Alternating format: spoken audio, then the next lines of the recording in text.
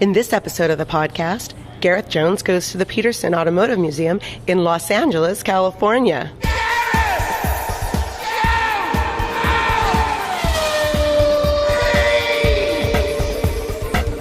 Hello, welcome to Gareth Jones on Speed, arguably Gareth Jones on holiday. I've got a day off during this Alarm Sigma tour that I'm doing in the United States, conveniently in Los Angeles, California, where my great friend Summer lives. And Summer said, hey, you know what you gotta do? You gotta go to the Petersen Museum, which is a motor museum on Wilshire Boulevard in LA, and we're not even... Well, we've paid, but we haven't even gone through into the museum proper yet, but the exhibition on the outside is gorgeous.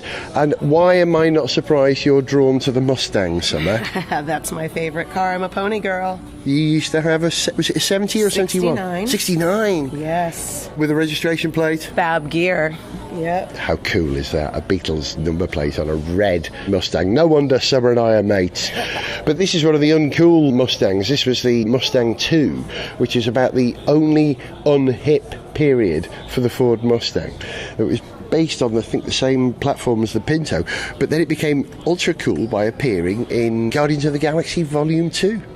Amazing. Same thing happened for the AMC Pacer. That was dreadfully uncool. Correct. Until it appeared in oh God, I forgot what they're called. The guys who lived in the basement. The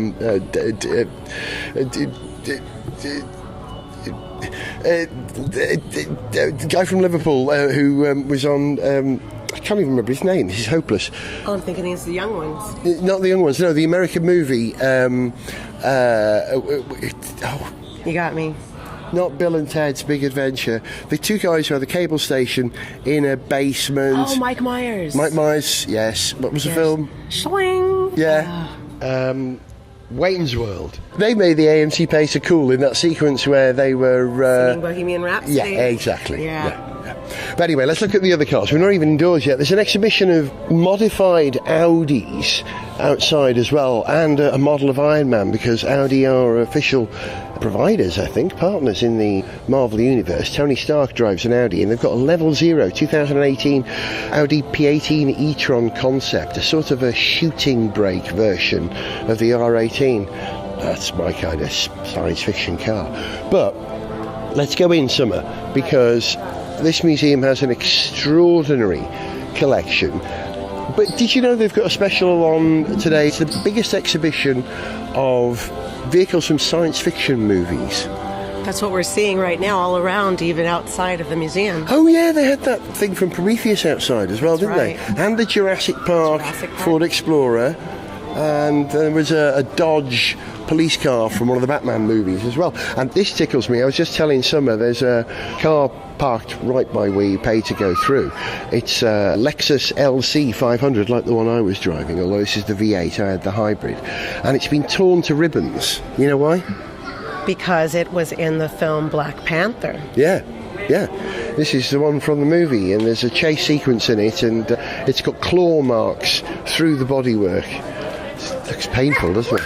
Painful. Okay, 3 more cars on display at the end. One is, what's this? Oh, the 2054 Lexus Roadster, driven in the movie Minority Report. That is something cute, isn't it? I like a Lexus. Oh, it's beautiful. That's the nicest Lexus I've ever seen. It really is quite special, quite sci-fi. There's a tuk-tuk taxi from the Blade Runner 2049 movie here as well. That's the future of tuk-tuks. Look at the way it looks so distressed. You know, it looks like it's real, doesn't it? It doesn't look like a prop. Looks like a bin truck. It does look like a bin truck, yes. And then the last vehicle, what's this? An ice cream van, a 2009 Autobot skids and mud flap. Oh, in Transformers, in Revenge of the Fallen from 2009. Deployed as patrol Autobots defending Earth from hidden Decepticons, squabbling twins, skids and mud flap take on the joint form of an old ice cream truck in Transformers Revenge of the Fallen. There. Cute. All right, should we go in? Let's do. I could spend all day talking about science fiction cars. I bet you could. 2 of your favorite things, all roll it into one. Oh, look, a natural transition. You go through first, Summer. A natural transition. The first thing you see on a plinth. Now, what would you call that, son? I would call that the car from, I can see a Michael J. Fox. Yeah. Back to the Future. Correct. Back to the Future? Yeah, good. Yeah. It is. Now, most people look at that and say, it's the DeLorean from Back to the Future. But it's actually a DeLorean DMC-12 if you're being really nitpicky. This model of car, DMC, DeLorean Motor Corporation, set up by John DeLorean. Yes. It was called the DMC-12. But I wonder, is this a replica prop, or could this actually be one from the movies, being as we're in Los Angeles? Driven in Back to the Future. Back to the Future 2 and Back to the Future 3. Wow. Designed by Ron Cobb and Andrew Probert at Universal Studios. They've got it down as a 1981 DeLorean, but there's more to it. It says based on. Based on. Keyword right. there. Yeah, that's a legal requirement, isn't it? Yeah, Zog was talking about the 2.1 gigawatt power that this thing produces. It's incredible. I'm not sure he quoted it exactly right, but we know what he was talking about. Ooh. Okay, if I describe a bike to you, which is rimless, the wheels don't have any spokes or hub whatsoever, and they are lit, what's the first science fiction movie that comes to mind? Tron. This is the Tron light cycle from the Tron Legacy movie in 2010 with a rider on it. You can't see where the rider and the bike separate, can you? I didn't see that until you pointed it out. Yeah. That's crazy. Yeah, that's design. Yeah, I was a little too old for Tron when the original one came out. I thought it was a bit kitsch. You know, I was already watching 2001 and Metropolis and Things to Come. And Tron, it was okay. But I think over the years I've grown to appreciate what a stylistic icon it is, a moment in time. Right, let's... is this a Maserati? What's this? There's an orange, late 60s, early 70s rear end... is it a Nova? It's a 1969 M505 Adams Brothers Probe 16 from Clockwork Orange. Wow, I wasn't expecting to see that. This is in the epic back projection sequence where Malcolm McDowell and his gang, going to have my picture taken with this summer. Oh boy. Yeah, she's doing the photo. Where the gang who go around beating people up are sitting on the back of the thing, driving through the English countryside. There it is, there's the picture, there it is. Yeah, the Adams Probe. Let's find out about it. Stanley Kubrick's portrayal of near-future Britain, described in Anthony Burgess's 1962 novel A Clockwork Orange, required the construction of a nightmarish reality that was both familiar yet strangely distant. Seen through the eyes of the sociopath anti-hero Alex, Malcolm McDowell, and his band of droogs, the story follows their various acts of ultraviolence. Whilst committing their crimes, the gang employ the Durango 95, known in the real world as the Probe 16, a dramatic car that fits seamlessly into this exaggerated world. The Adams Probe 16 was created by Dennis and Peter Adams in '69 as an investigation into extremes of styling. The same year, the Adams brothers exhibited the Probe 16 at the London Motor Show, where it won a design award for the best British styling exercise as an example of extreme and definitely British styling.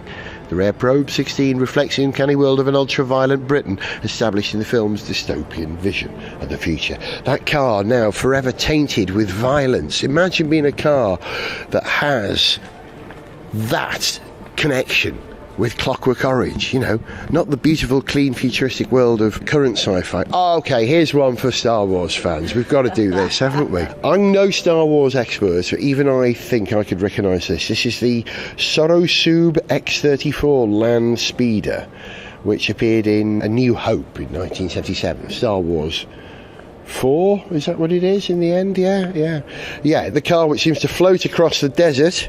It says, despite its brief appearance in the first Star Wars film, the X-34 is a vital plot device. In addition to its supporting the narrative, introducing the film's main characters, it's used to create a compelling depiction of travelling through the desert. Originally developed from a Bond bug, now I didn't know that, a British three-wheeler car from the 1970s, a number of tricks are employed to achieve the hovering illusion, including a large side-mounted jib and angled mirrors affixed to the undercarriage to hide the wheels. That's how they did it. It's all done with mirrors. I didn't realise it's a Bond bug underneath, but looking at it here, you can see, the two rear wheels and the single nose wheel. Gosh, you wouldn't want to roll that, would you? Right, well, this is a Mad Max car, I think, Summer, isn't it, this? Definitely looks that way. Have you seen the new one? That's what it's the from. Nux car, driven by Mad Max in Fury Road 2015, based on a 1934 Chevrolet 5-window coupe. Lots of extra exhaust, lots of pointless lighting up things sticking out of it. Looks gorgeous, doesn't it? Looks kind of tiki. Yeah, it's got a bit of that to it, yeah, definitely. There are some paintings on the wall behind the original concept art, I would imagine, that this car was built to. Ooh, and models. Ooh, I like a model. There's a, what would this, a 1/6 scale, is it perhaps? Model of the Damnation Alley lobby car, the Landmaster, from the movie Damnation Alley. I'll have to look that up. It was a radio controlled, it says remote controlled, but they mean radio controlled car that was used as a filming miniature, 1/12 scale.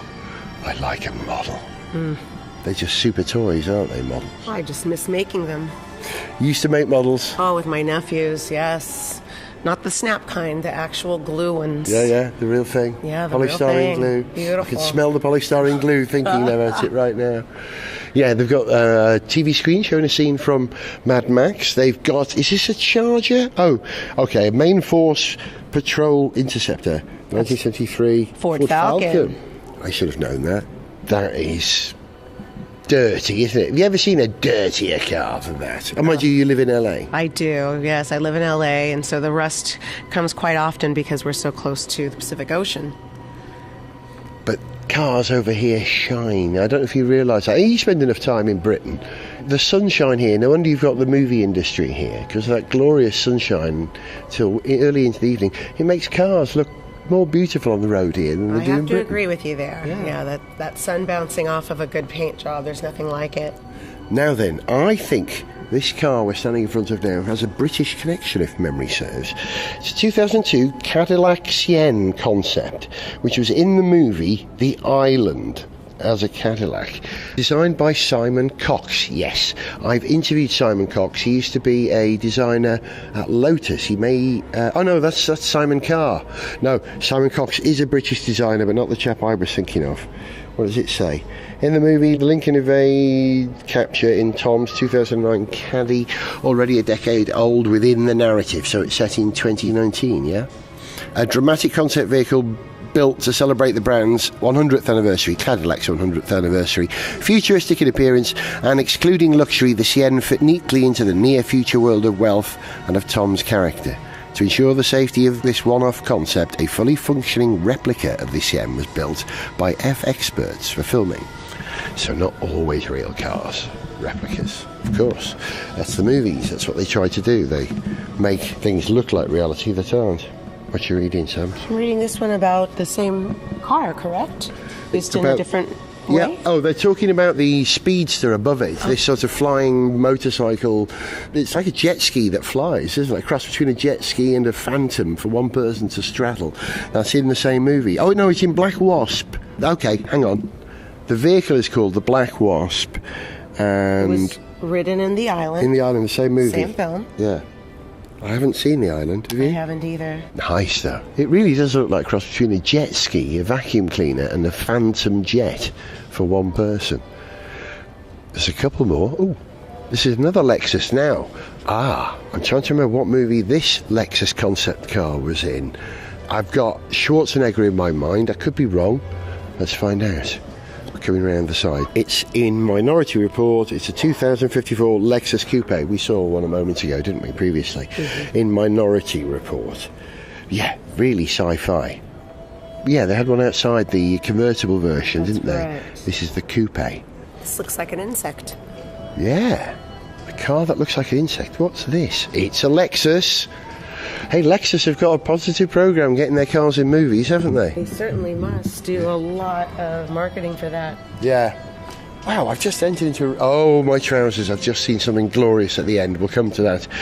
But this is, again, the 2054 Lexus Maglev pod in Minority Report. So there you go. A magnetic levitation vehicle. 2 seats facing each other. Looks like an insect or a torpedo. Fair-ding... tall, narrow wheels that probably don't work because it's maglev. just floats. Wow. You'll know that car. Isn't that a Blade Runner police vehicle? Yes. I believe it is. 2019 LAPD police spinner in the original Blade Runner 1982 movie. Oh, I want to touch this. Oh, I don't think you can. No. Is that what it's based on? A Volkswagen Super Beetle 1972. Really? Wow. Gene Winfield built this. After translating Meade's designs into technical drawings, Gene Winfield and his crew completely assembled 4 spinners for filming in under a month. They did it in under a month. Using Volkswagen Beetle platforms with air-cooled rear-mounted engines, Winfield was able to construct Meade's distinctive forward-thrusting wheel assembly. The spinner has since become an icon of sci-fi vehicles, has been referenced in several films, including Star Wars Episode 1, 2, The Fifth Element, and Back to the Future 2. So a design that was so pivotal, it influenced other designs as well. Gorgeous, isn't it? It looks like it can swim. It does, yeah. Amphibious, yeah. They float and they sparkle. They've got some of the concept art on the wall. You see them flying. Is it a car if it flies? I think cars go on the road. If it flies, it's an aircraft, in my opinion. What if it can do both? Then that's science fiction. I'll give you that, yeah. Okay, there's a Deckard sedan 2019 spinner again from Blade Runner, the original movie. Orange car that features in that classic sci-fi font for the number 56 on the side of the car. That's so 1970s, isn't it, there? Love it. Another Audi behind us. Now, what was this in? It seems that Audi are more than happy to take their concept cars and dress them up and put them in sci-fi films. Oh, of course, iRobot. It was in that. You'll know this. It's billed as a 2035 Audi RSQ Sport Coupe concept, but it's a version of the R15, I think. Based on that, you'll recognise it. Fared-in wheels, honeycomb pattern over the wheel hubs. Proper car of the future. And from something so soft and beautiful. But unlike many of the others, you can still see this is an Audi. Yeah. It doesn't hide that it's an Audi. True, yeah. There are lots of design cues. It's less far away, isn't it? It's nearer to the original. All right, wow. From the Terminator movie, there is a Model T800 Terminator here. Terrifying. Standing next to 2017 Skynet Moto Terminator motorcycle. Fantastic. Look at that. That is terrifying. Again, it's almost like you've got an iron backbone. You can't tell whether it's organic or mechanical in the way that the Terminator itself has a sort of a spinal cord, a metal spinal cord. This motorcycle, as part of the frame, has a metal spinal cord, drawing the two design concepts together. Dirty, isn't it? Oh. It definitely looks like a vicious machine. Yeah, more tank or travelling machine gun than motorcycle. It's in Terminator Salvation 2009, it says here. Whoa, amazing. Another concept car, this one, a trike, one wheel at the back, two at the front, big glass house. No obvious badging on it, so maybe it isn't from a big brand manufacturer. It is an original prop. This is called a Cricket in the movie AI. Oh, that's a sad film. Have you seen AI, no, Summer? Oh, I have not. So sad. Oh, I won't see it then. No, don't see it. I'm sad thinking about it now. Yeah, and this is the Cricket, a car that, see, when does it appear in the film? The film was an adaptation of a story originally developed by Stanley Kubrick, but passed on to Steven Spielberg when Kubrick died. Oh, imagine the Kubrick version of this. The pure Kubrick version would have been good. Mind you, I think Spielberg did a good, if not slightly emotional version. Okay, Summer, you know you said a minute ago, what if you've got a car that can fly? Well, what if you've got a helicopter that's amphibious? This is the police amphibicopter, also in AI.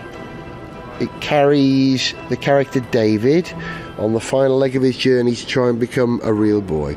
Due to catastrophic climate change, David's destination of Manhattan, New York is submerged underwater, and he must plunge the helicopter into the depths of the ocean to discover the object of his quest. Yeah, if you were going to build an amphibious helicopter, this is what it'd have to look like. bit glassy. That would have to be incredibly strong plexiglass to survive impact with hard water at flying speeds. But yeah, could you make an amphibious helicopter given the right technologies? Yeah.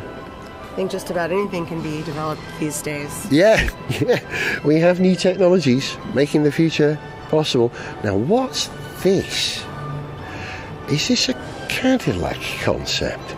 It's in pearl white, very futuristic, almost 90s vision of the future car.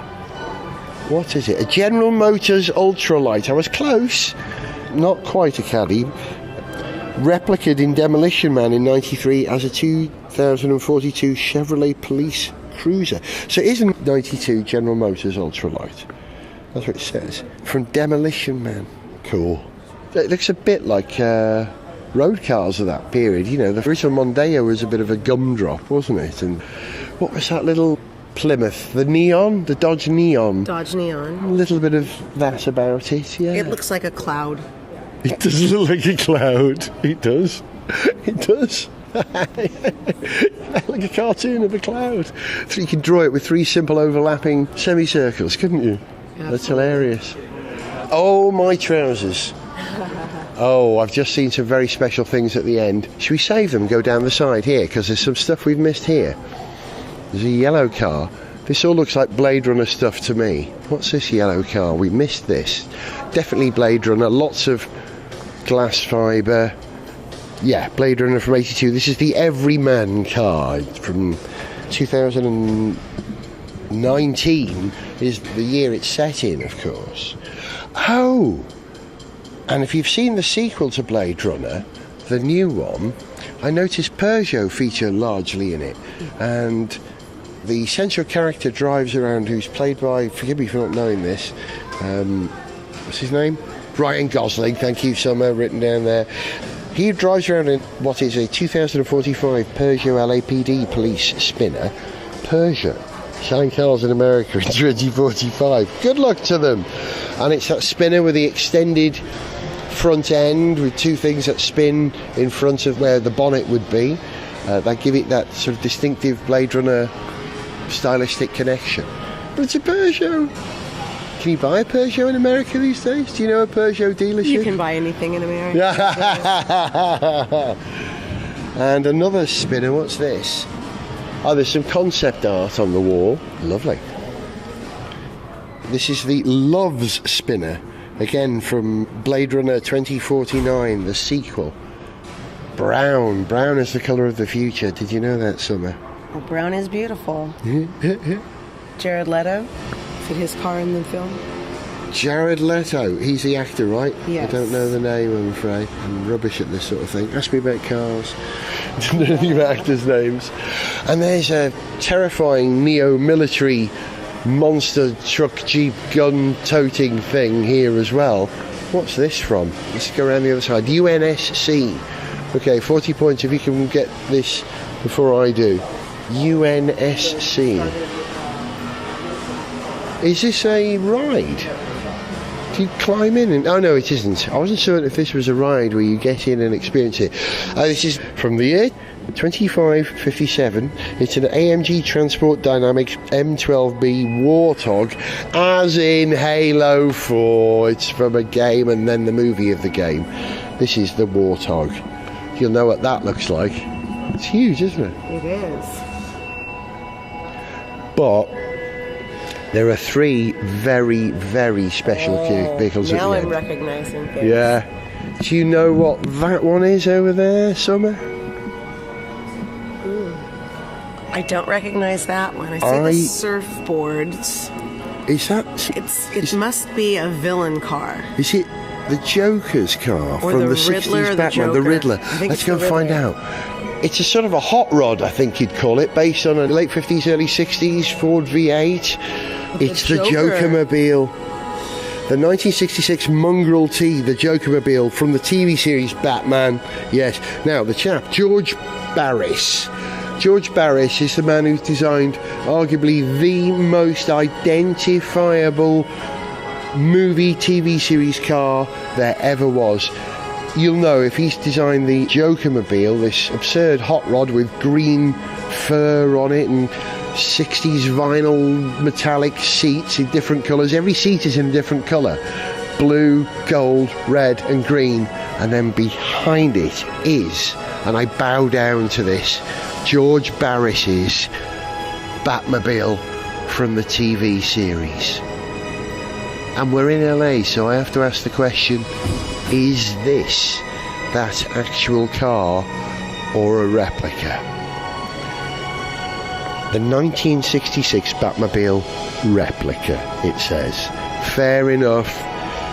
From the TV series Batman 66 to 68 and Batman the movie 1966, of which I watched when I was little, it was based, as I'm sure you know, on the Lincoln Futura, a Ford concept from 1955, I think.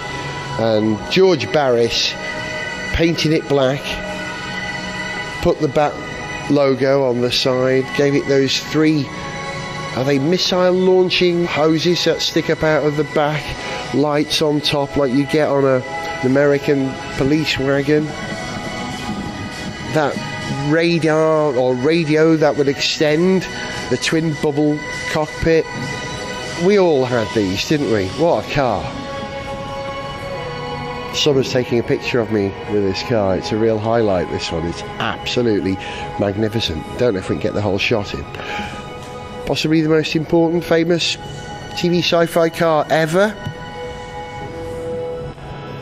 And next to it is a car designed by, I think this was designed by Derek Meddings. Oh, the designer's credited as Fireball Tim Lawrence and Julian Cadlow. Okay, it's not the one I was thinking of. It's another Batmobile from Batman Returns and Batman 1989. Oh, hang on. I thought it was Derek Meddings who designed this car. It wasn't. It was probably built and engineered by Derek Meddings, but designed by Fireball Tim Lawrence and Julian Caldo. The builder, John Evans and Pinewood Studios.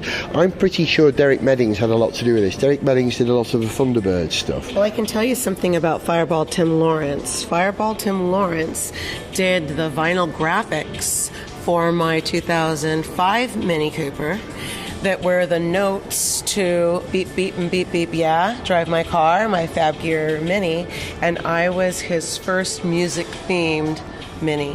No! Were you offered this at the dealership, or you went to a place who can customise your car? I went to his customization shop, which was in Culver City at the time. He had a barbecue for our Mini Cooper group, Southern California Mini Maniacs, and I saw some beautiful design work that he had done. And I said, you know, I really like, it was a checkerboard made out of the same kind of materials as they do for the window tinting. So it was about a 70% grade. And he said, you can like that, but you have to get a customization that represents you.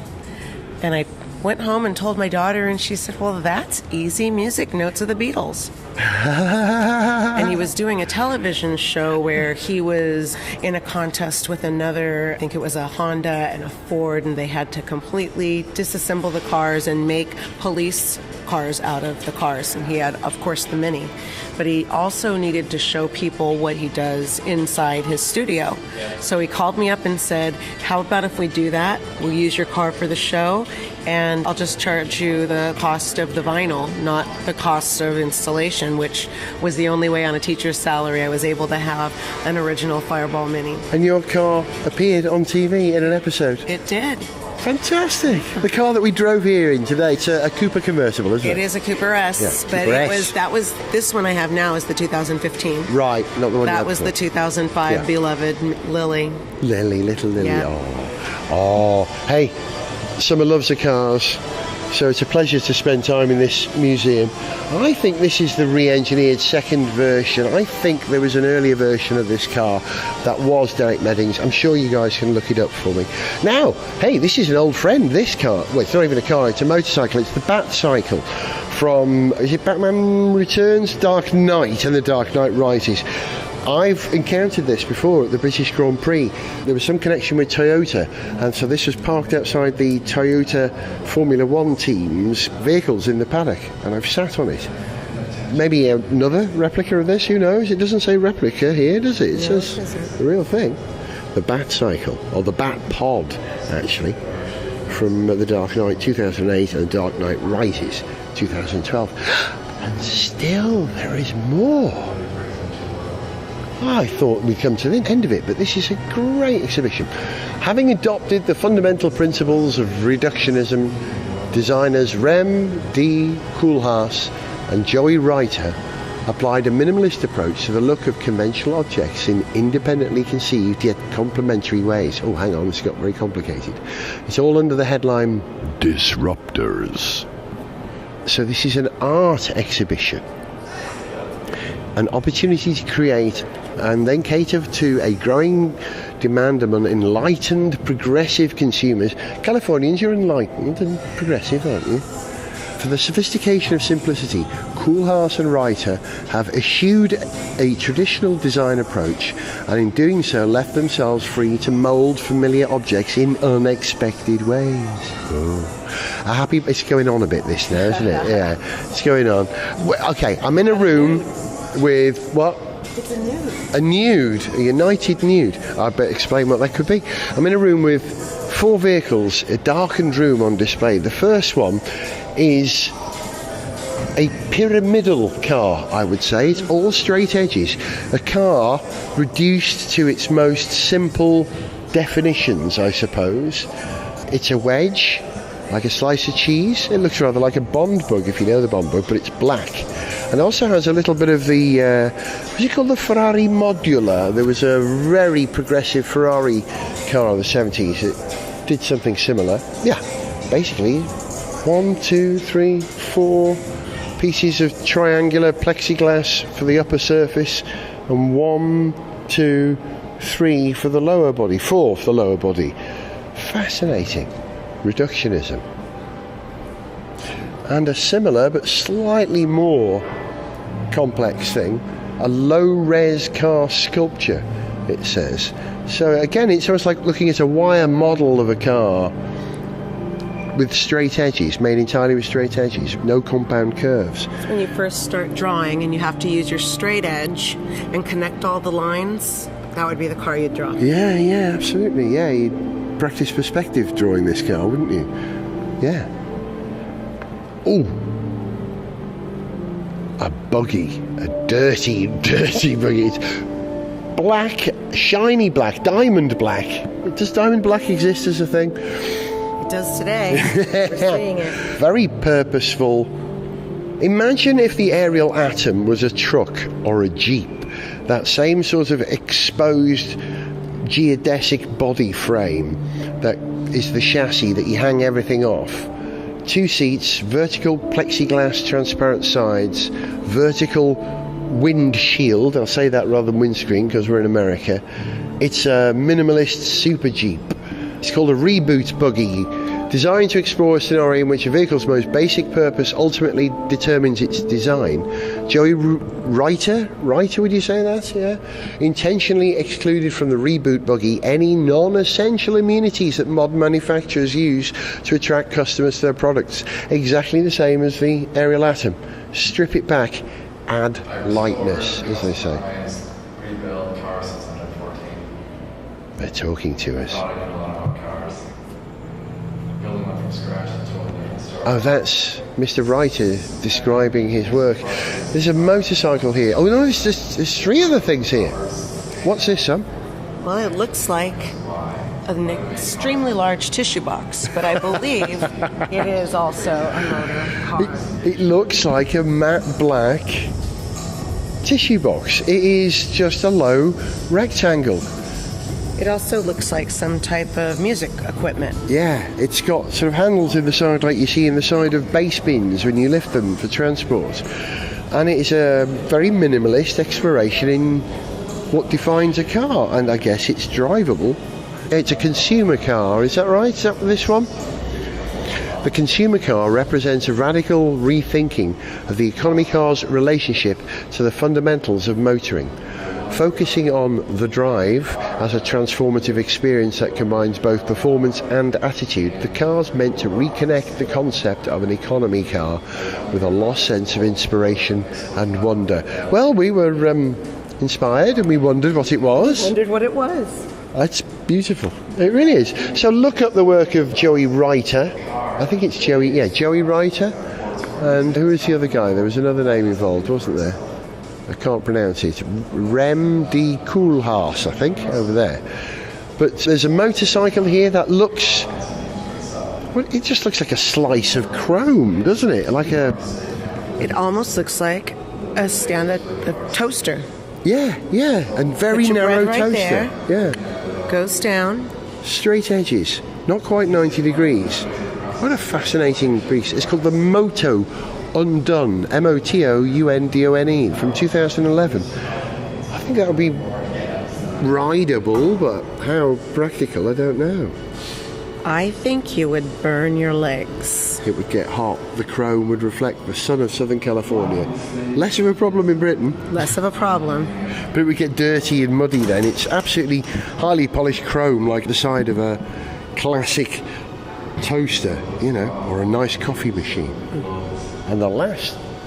Actually, I've spotted one more thing as well. Well, yeah, let's do this. This is another one of Joey Reiter's designs called the Snowped V2, where it is a single rear trek snowmobile, one ski at the front, a vertical black body covering the engine and steering underneath. Minimalist. Very nice. It's the most attractive of all of these types of motorcycles. Yeah. Right? Fascinating. Hey, I like his work.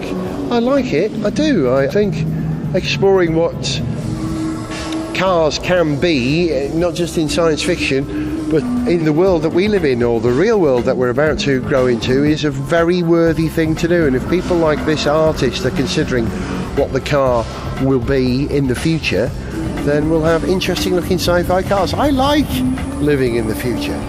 It's nice here. You've been listening to Gareth Jones on Speed in one small part of the Petersen Automotive Museum. It's goodbye from summer. Goodbye. And it's goodbye from me. See ya. To send us an email, see pictures, get song lyrics, join our Facebook fan site, follow us on Twitter, or to find out about sponsorship opportunities, go to garethjones.tv. Gareth Jones on Speed is made in London by Whiz Bang. Gareth Jones on Speed!